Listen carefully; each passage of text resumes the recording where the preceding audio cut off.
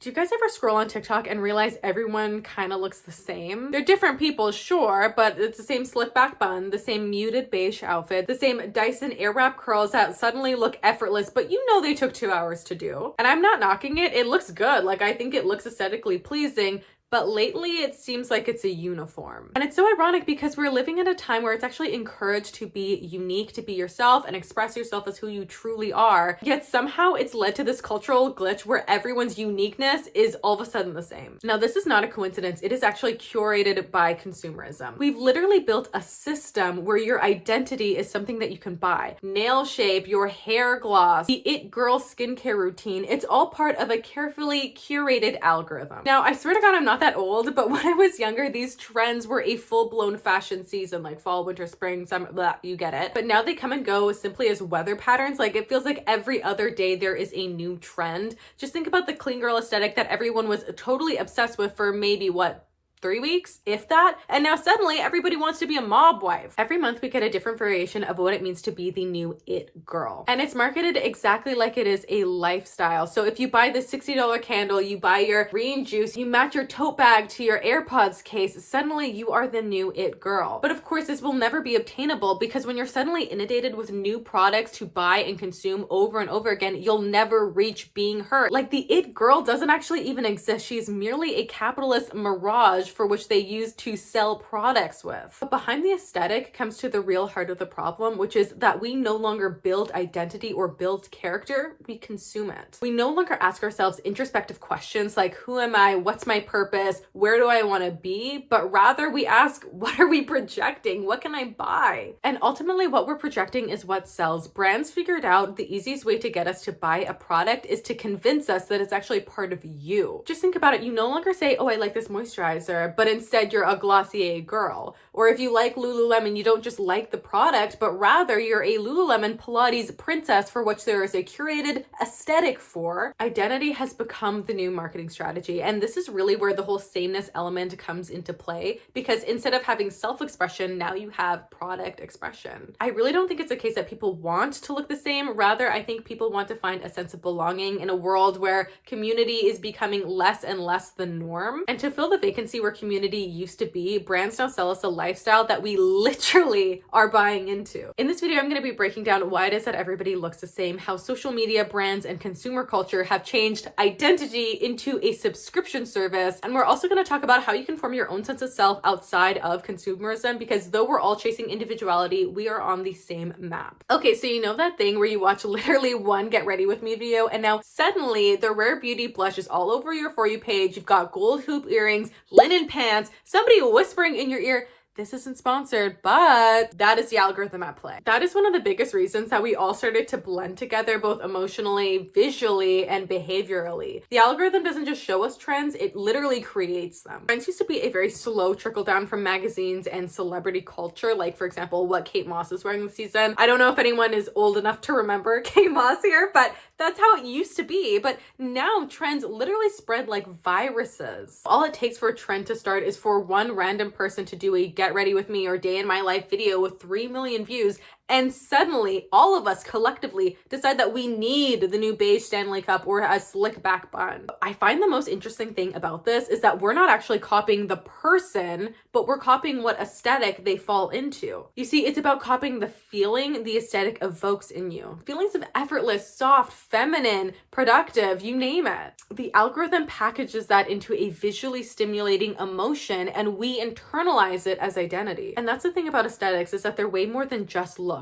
They're emotional shortcodes. They tell a story of who you are without actually having to be that person. The clean girl aesthetic says, I've got my life together. The coquette girl says, I'm mysterious and tragic in a soft lit Tumblr way. The vanilla girl says, I'm simple, clean, neutral, and I smell like oat milk and a quiet luxury. And we fall for that because the algorithm tells us that these things mean something when actually they don't. So instead of developing our own taste through experience and self-exploration, instead we can curate a brand brand or an aesthetic through consumption. Instead, we find out what's trending, we buy the props, post it on social media, and hope that we and the rest of the world see us as how we want to be seen without doing the actual legwork. And the algorithm freaking loves that because it rewards repetition. It runs on sameness and familiarity, which actually creates a feedback loop, because if you look like everybody else, statistically, you are more likely to have a more positive engagement from that. So even subconsciously, creators are incentivized to look like everybody else. Like, truly think about it. When was the last time that you saw somebody completely unfiltered or the antithesis of whatever the current trend was go viral? Because I, for one, have not seen any authenticity on TikTok in a really long time. And it is so unfortunate because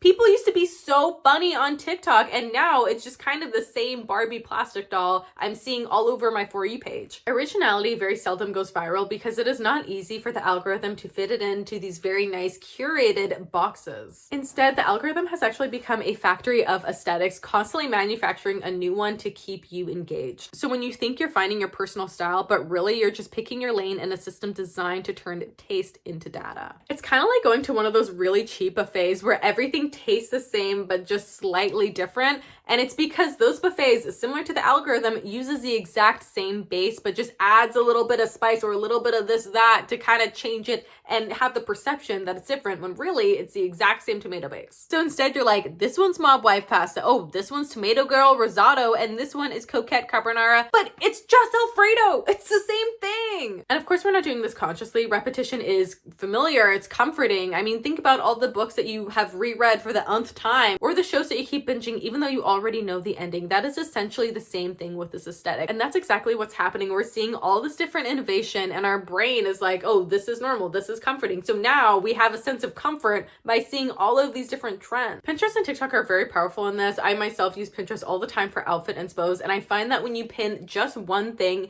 now your entire Pinterest feed just becomes a very tunnel vision, narrow depiction of just that one thing that you pinned. So now you're just seeing the sameness all over again. I actually don't use Pinterest for outfits anymore because I find my sense of style actually went to what performs well on the algorithm and not necessarily what resonates with myself. And this is really pernicious because the more the algorithm narrows your preferences, the more likely that you're going to have repeat or predictable behavior. And this is perfect for brands to have targeted advertising and sell more product. Emma Chamberlain once talked about how the internet has essentially killed her weirdness. If you think about it, weirdness used to be part of her brand. I mean, she was messy, weird, funny, awkward, and that was really refreshing and unique for us as viewers to see. And it's so weird because now weirdness and quirkiness have become their own aesthetics, if that makes sense. Like, think about it, like there's the hot weird, the clean weird, the sad weird girl. Everything has become a brandable, sellable version of its original self. The algorithm only shows us what we want, but it's these brands that are selling us these personalities. I've talked about it before, but marketing really has become selling you an identity. That $45 Glossier lip gloss suddenly becomes so much more reasonable when it's part of your clean girl aesthetic. You're no longer buying a Stanley cup. You're buying a hydration as a lifestyle, as if your emotional stability depends on the kind of drink that you're drinking water out of. And of course, that is not a coincidence. It has literally become a business model of how to sell products to young people. Take Glossier, for example. When they first came on the scene, their whole premise was to have skin first, makeup second. But really, their genius was, of course, in the marketing. The millennial pink, the clean fonts, the bubble wrap products all curated this very clean aesthetic. Buying Glossier wasn't even about the products itself. It was about integrating this marketing into your TikToks. You didn't even have to actually use the products. All you had to do was put them on your counter and post them, and you would have mass engagement. And then there's Aritzia, which is the quintessential uniform for the it girl. It's professional, it's feminine, it's comfy, but it's also perfect enough for your LinkedIn photo. And what's so interesting about Aritzia is that it's not flashy. It's very understated and quiet in a sort of kind of luxury, quiet wealth sort of way. You are in fact not supposed to recognize the tags, but to recognize the silhouette of the item. I don't know about you guys, but I can spot a Babaton contour suit a mile away. I actually think that this is genius because it relies on people being in the know. So it creates this whole kind of ecosystem of of exclusivity. So your identity isn't about what you wear, but it's about others who are in the in-group perceiving you as part of the in-group. Does that make sense? And in fact, Naomi Klein wrote about this way back in No Logo, how brands move from selling products to selling meaning. She talked about how Nike doesn't actually sell a product, it sells empowerment. How selling an iPhone isn't actually for utility, but it's for creativity. And with the use of social media, we have really internalized this into how we perceive ourselves and others in our society. Now every outfit, every intonation in your voice, every exceptionally beige coffee moment is suddenly a brand decision. Do I want to be a clean girl or a coquette girl or a mob wife or a feral femme? Like whatever the that is. It's weird and it's performative. Self-identity is not about what you wear. It's about who you are, how you view yourself, and how you act in the world. We all have a need for a purpose and self-identity, and brands know this. They have now been able to utilize our need for identity and package it into something that is commercial. So now we have expression through this mode of consumption, and now there's always going to be a new trend, a new silhouette, a new packaging, new this, new that, blah, blah, blah. And it's all just the exact same thing, just repackaged and sold to you again. And it's ironic because we're all buying these products thinking it's a conscious decision for ourselves and our individuality, but we end up looking the same and quite honestly interchangeable. And I think the reality is that it is easier to sell belonging than it is to sell individuality. It's really one of the reasons that this marketing scheme is so successful, is that we all have a very inherent need for belonging and social companionship. And in a society where community and kind of groupthink, it's not really deemed so heavily as it used to be. I mean, think about it. Literally everybody would be going to church. And I'm not even just talking about Catholic or,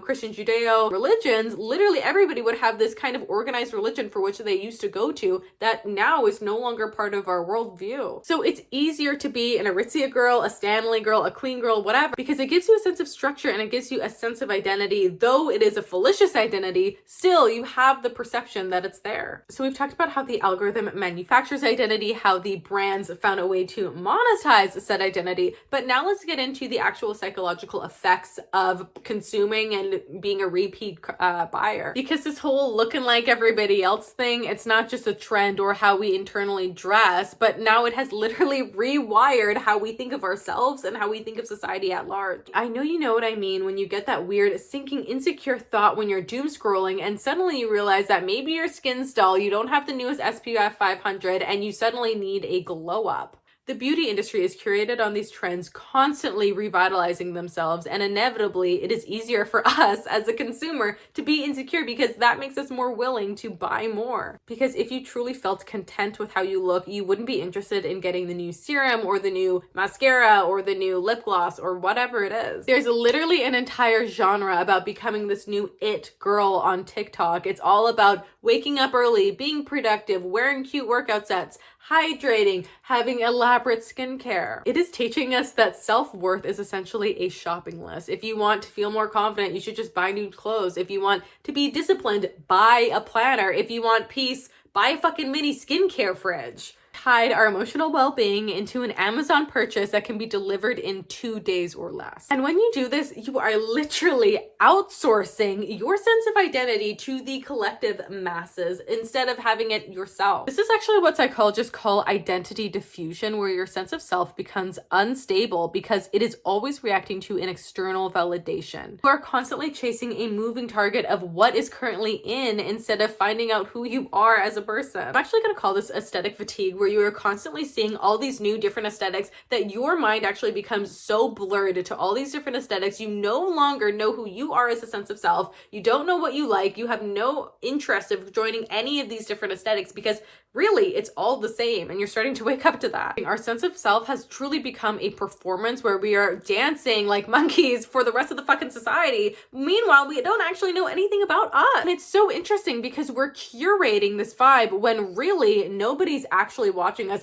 Many of us, including myself, are not famous influencers. There's no reason for us to have this curated vibe. Literally nobody cares. That we've internalized the audience. We think that so many people care when actually they don't, and you're better off just being yourself than you are pretending to fit in a box for which you may not fit. One of my favorite quotes from Bo Burnham that I actually always think about is, can anyone anywhere sit in a room and not perform? And that is what consumer identity is. We are performing for an audience that is not there. And apart from the financial cost to our wallet, we are losing the ability to connect with ourselves and a sense of intuition, quite honestly, knowing what's for you and knowing what's not for you. Of course, with these trends that are constantly being cycled over, there is the mass environmental problem where people are just literally throwing out clothes that they've maybe had for what, like a couple weeks, if that. And this creates sort of a paradoxy where the more that we try to buy or fill our sense of self with consumerism, the emptier we feel, because in all honesty, you can't buy authenticity. You can only simulate it. Now replace introspection with imitation, and in the slow process, we've lost our sense of self. Has anyone heard of Jean Bouliard? Let me know in the comments below if you're a Jean Bouliard fan. Anyways, he was a French philosopher who essentially predicted TikTok before it was TikTok. He dealt it to Malkara, which is essentially a fancy word for copies without an original. So let's talk about what that means in practice. A coquette girl on TikTok is inspired by another coquette girl. That girl copied a mood board from a Tumblr photo, which is originally inspired by some early 2000s indie aesthetic. Origin of the original picture is somehow lost on the train and completely separated from the now new person. So now all you're left with is a copy of a copy of a copy, but there's no original. Kind of like living in a hall of mirrors, but instead of reflecting our actual selves, it's just showing reflections of reflections of reflections. And Bouliard called this hyperreality, which is a space where the simulation feels more real than reality itself. So the next time that you're scrolling on TikTok and you think to yourself, wow, like that's what I want my life to be, that is a copy of a copy of a copy. That's not a real person, not a real aesthetic, and does not actually reflect who they are. That's probably something you don't even want. And you're not even seeing someone actually living. You're seeing a highly curated simulation designed to elicit envy, engagement, and ultimately consumption. And this explains why everyone looks the same, because we are living in a manufactured hyper reality where everyone is manufactured to look the same to get the most likes, repetition, and attention. Even the rebellion is manufactured, like even the ugly core or broke core that you're seeing on TikTok, it is also manufactured. I actually believe that these anti-trends are a net positive when it comes to things, especially like anti-consumerism. I'm super anti-consumerism, but I don't think it should conform to our sense of self, because ultimately these are still trends and engagements on social media, and they do have an impact as to how you actually perceive yourself. However, I do want to talk about it because I feel like it could be a cautionary tale. These anti-trends give us a sense of agency in a world that seems to be very scattered and, with disarray. However, it doesn't actually provide you a sense of self, just like the regular trends don't. Neither do these anti-trends. So if you want to participate in anti-consumerism, please do. It is really good for the environment and probably really good for you, but just make sure it doesn't completely engulf your sense of self. Oh my God. Okay, we've talked about a lot today. If you're still with me, give me a little comment. Let me know you're still here. Oh my God, my head is literally killing me. I have an exam tomorrow. I'm just ready to go to bed. But before we conclude, let's talk about ways that you can build your own sense of self without having to purchase anything or being on social media or joining any of these consumeristic groups. So how I develop my own sense of self and sense of confidence largely relates to my abilities to do certain things, if that makes sense. During COVID, I got really into doing realistic artwork, and I was able to establish a sense of confidence, as I didn't previously had that, through my abilities to create things. I really do believe that creation is the center of our self-identity and also our larger purpose as humans. If you don't want to draw, write in a book, write a journal, talk about your day, whatever. Start a gardening. Anything that is a sort of a tactile human skill, I think is really good to practice. And I don't draw anymore just because there's no way I have time for that, quite honestly. But instead, I've gotten really into baking. It doesn't look good, so I'm not going to put it on the screen. But I really enjoy the act of making something and of putting time and love into making cookies or something like that. So if you're wanting to develop your sense of self, honestly, I think the best mode to do that is to try new things and see if you like it. And things that you may not even consider doing, like try a yoga class. Even if you hate yoga and you don't think that you would get anything from it, you may get a valuable experience in it. I don't know, God forbid you have a little bit of fun. For example, I actually hate running so much, and I thought I always hated it, and I kind of still do, but I'm getting into it and I'm starting to really enjoy it. And though it was something that I definitely thought I would give up within the first 5 minutes, I actually am kind of sticking with it, and I'm really liking that I'm doing it, and it's giving me a lot of peace of mind. exploring yourself and your interests through your experiences is really the only true way to build and to know who you are. Okay, woof. Like I said, that was a really long video to record. I don't know how much of this is like usable. It might only be 10 minutes, but thank you so much if you watched to the end of this video. I really appreciate you being there. Otherwise, I'll see you in the next video. Okay, bye.